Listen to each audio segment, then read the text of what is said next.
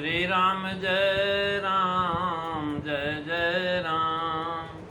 श्री राम जय राम जय जय राम। श्री राम जय राम जय जय राम। बोलिए सियावर रामचंद्र भगवान की जय। वृंदावन बिहारी लाल की जय। उमापति महादेव की जय। पवन सुत हनुमान की जय। सब संतन की जय, सब भक्तन की जय। सच्चिया जोता वाली माता तेरी सदा ही जय। बोल सनातन धर्म की जय। सदगुरुदेव महाराज की जय। नमो पार्वती पते हर हर महादेव। जय जय सीताराम। आदरणीय विद्वजन, श्रद्धालु पदेवियों एवं विश्वासरूपी कथा सुताओं, भगवत सानिध्य में भगवान का चरित्र श्रवण करने के लिए हम लोग उपस्थित हुए हैं। आइए थोड़ी देर भगवान के चरणों में ध्यान लगाते हुए भगवान के कुछ लीला चरित्रों का स्मरण करें। पिछली चर्चा में आप श्री रामचरितमानस बालकांड दोहा नंबर 111 की चर्चा श्रवण कर रहे थे। आज हम दोहा नंबर 112 की पहली दूसरी चौपाई के ऊपर विचार करने की चेष्टा करेंगे। तो तुलसीदास जी लिखते हैं कि झूठे साचो जाई बीन जाने, जिमि भुजंग बीनु रजे पहचाने।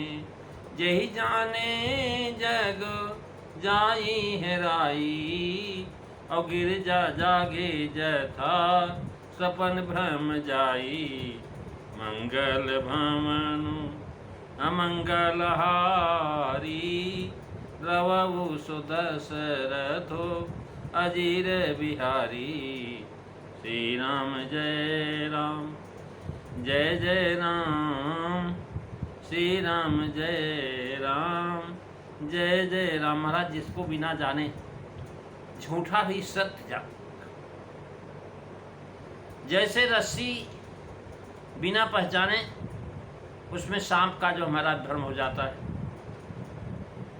और जिसके जान लेने पर जो है संसार महाराज खो जाता है, जैसे जागने पर स्वप्ना का भ्रम दूर हो जाता है। महाराज कह रहे हैं जिसके जान लेने पर संसार खो जाता है, जैसे जागने पर स्वप्न का भ्रम टूट जाता है। यहाँ से लेकर के महाराज कर राम रामय त्रिपुरारी तक बस निर्देशात्मक जो है मंगलाचरण,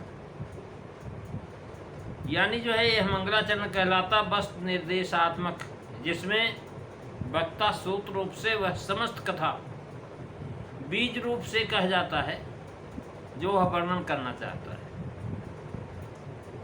समस्त रामचरितमानस का तात्पर्य पार्वती जी का मोह छुड़ाना है, और राम रूप का ठीक ठाक महाराज ठीक ज्ञान करा देने वाले से ही होगा। अतः यहाँ शिव जी ने राम जी के ठीक रूप का ज्ञान कराने के लिए ये चौपाई कही। गोस्वामी जी के समस्त महाराज काव्य ग्रंथों में इस प्रणाली का निर्वाह बड़ी खूबी से किया गया है।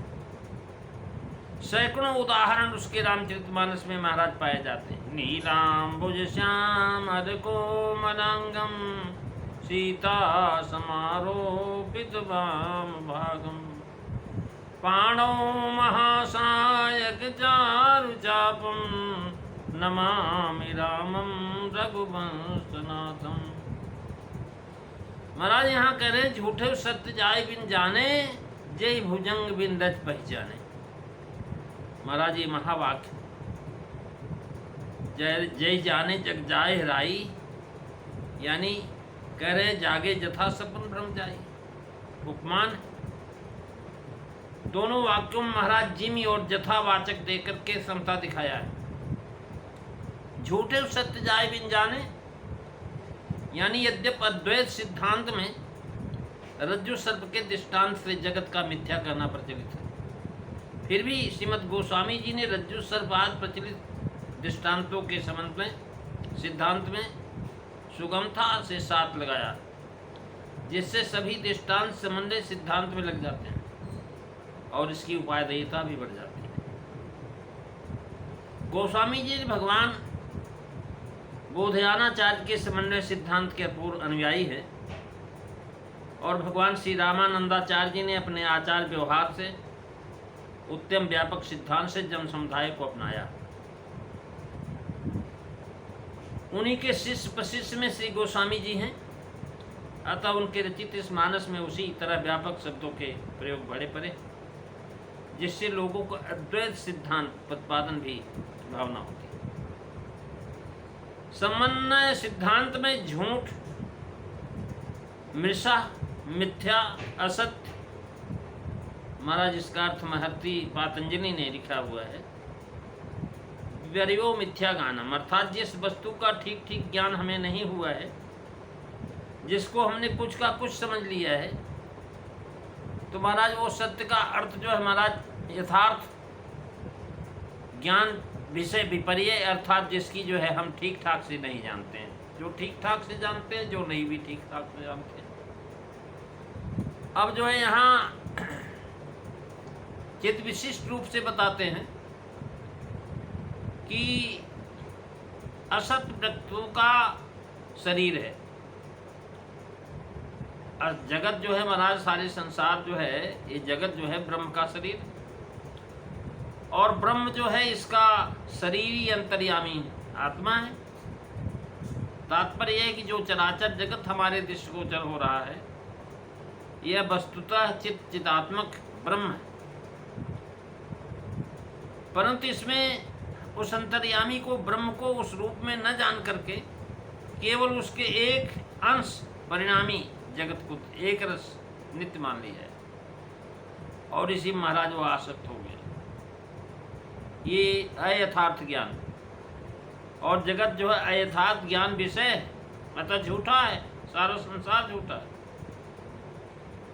कह रहे महाराज, इस अंतर्यामी ब्रह्म को जगत के शरीर रूप में जानते होते हुए भी झूठा नहीं कहा जाता। अब यहाँ कुछ लोग शंका करते हैं, रज्जु सर्प का दृष्टांत अद्वैत सिद्धांत ठीक बैठता है कि जैसे केवल रस्सी में उससे अत्यंत भिन्न सर्प का भास होता है।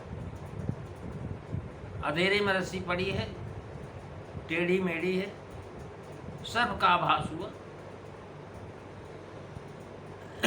क्योंकि जैसे केवल रज्जु में सर्प का भास होता है, वैसे ही केवल ब्रह्म में जगत का भास होता है। और समन्वय सिद्धांत में तो ब्रह्म सदा चित विलास रूप से है। महाराज उसके समाधान के लिए हमें प्रथम सिद्धांत जान लेना चाहिए कि महाराज आकृति भी शब्दों का वाच्य है, उसी को जाति आदि शब्दों से व्यवहार किया जाता है। इसी से रज्जु, जल रेखा तथा धूल महाराज भूलना सर्प की भ्रांति होती, अन्यथा नहीं होती। क्योंकि सर्प को हमने देखा इसलिए रस्सी में सर्प का आभास हुआ, अगर सर्प नहीं देखा होता तो रस्सी में सर्प का कोई आभास नहीं होता। अवयव रचना विशेष की जाति माना जाता है। गौ की आकृति विशेष को गौत जाति कहते हैं। जहाँ महाराज जो भी होगा गौ माना जाता है उसको। इस सिद्धांत के अनुसार सर्प का लंबायन वर्तुलाकार आदि कुछ आकार विशेष रज्जु में होने से, महाराज जैसे रस्सी टेढ़ी मेढ़ी जो है सीधी है, मुड़ी तुड़ी है, वैसे सर्प भी होते हैं। अब जब रज्जु में नित्य सर्प है ही, तब लोग व्यवहार में यह कहते हैं कि यह रज्जु है, यह सर्प है। इसकी व्यवस्था किस प्रकार होगी? इसका समाधान है कि रस्सी के अवयव बहुत हैं और सर्प के बहुत कम हैं। रस्सी में रस्सी है लेकिन सर्प है नहीं, कम है, लेकिन दिखाई पड़ रहा है। रस्सी में रस्सी के अवयव विशेष होने से उसे रस्सी कहा जाता है। परंतु जब अंधकार में दीपक रूप प्रतिबंधकों के कारण आच्छादित हो जाते हैं, छुप गया, तो सर्प के अवयव है, वे अनुभव में आते ही इसी उसमें सर्प का भास होता है।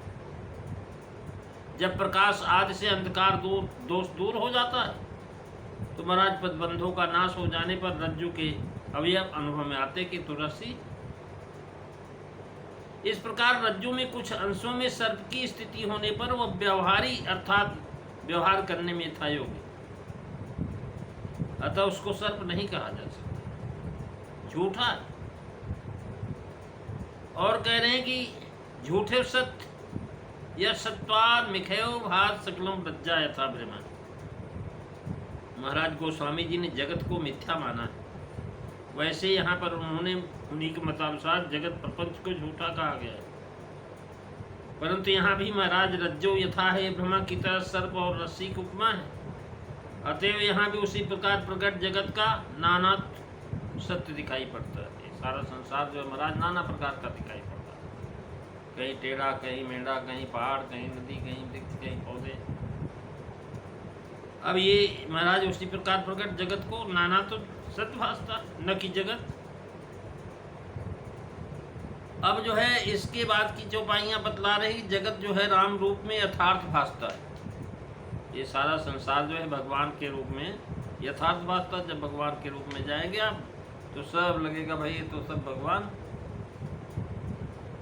तब इसका नानात्व जो है महाराज प्रतीत होना खो जाता है। तो इसलिए कहते जय ही जाने जग जाई है राई, और जागे जैथा सपन भ्रम जाई। तात्पर्य है कि जिस रूप में जगत को हम देख रहे हैं वह सत्य नहीं, इसका रूप राम में। अतः इस जगत नानाकार जो झूठा है, न कि जगत ही झूठा है। जगत तो राम रूप आकार में सत्य है, क्योंकि जब इसको जगत का नाना जो है जगत निज प्रभु में देखें तो महाराज ये नाना तो उसी प्रकार से गायब हो जाता है जिस प्रकार जागने पर स्वप्न का भ्रम नष्ट हो जाता है। अब स्वप्न का भ्रम जो महाराज क्या है, कहने के महाराज स्वप्न में हमने एक सपना देखा कि मैं राजा हो गया। मैं राजा था, भिखारी बन गया। स्वप्न में हमने देखा अपने आप को। सपने होई भिखारी निप रंक नाक पत होई, जागे लाभ नहानि कछु विधि प्रपंच जग सोई। महाराज जागने पर न हमें कोई फायदा हुआ न कोई नुकसान हुआ। राजा बनने से कोई फायदा नहीं हुआ सपने, और भिखारी बनने से कोई नुकसान नहीं हुआ।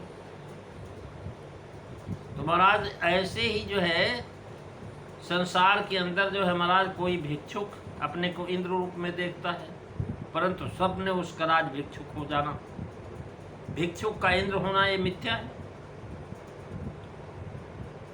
संसार में भिक्षुक का होना और स्वर्ग में इंद्र होना ये दोनों माने सत्य हैं। केवल स्वप्न में उस व्यक्तियों को अगले अपने लिए ऐसा परिवर्तन देखता हुआ झूठा था। इसी प्रकार जगत को झूठा न कह करके उसमें जो नानात्व भासता उसे ही झूठा कहा जाता है। साथ ही जगत जिस राम का रूप है उसकी वंदना की गई है, और नाम जप उपासना की बात वहाँ कही गई, अद्वैत बात के विरुद्ध है। मानस रहस्य की चर्चा है महाराज, इसकी पूरी चर्चा आप अगली कथा में श्रवण करेंगे। ये चौपाइयों का भावार्थ आगे आप श्रवण करेंगे। बोलिए सियावर रामचंद्र भगवान की जय। श्री राम जय राम जय जय राम, श्री राम जय राम जय जय राम, श्री राम जय राम जय जय राम। बोलिए सियावर रामचंद्र भगवान की।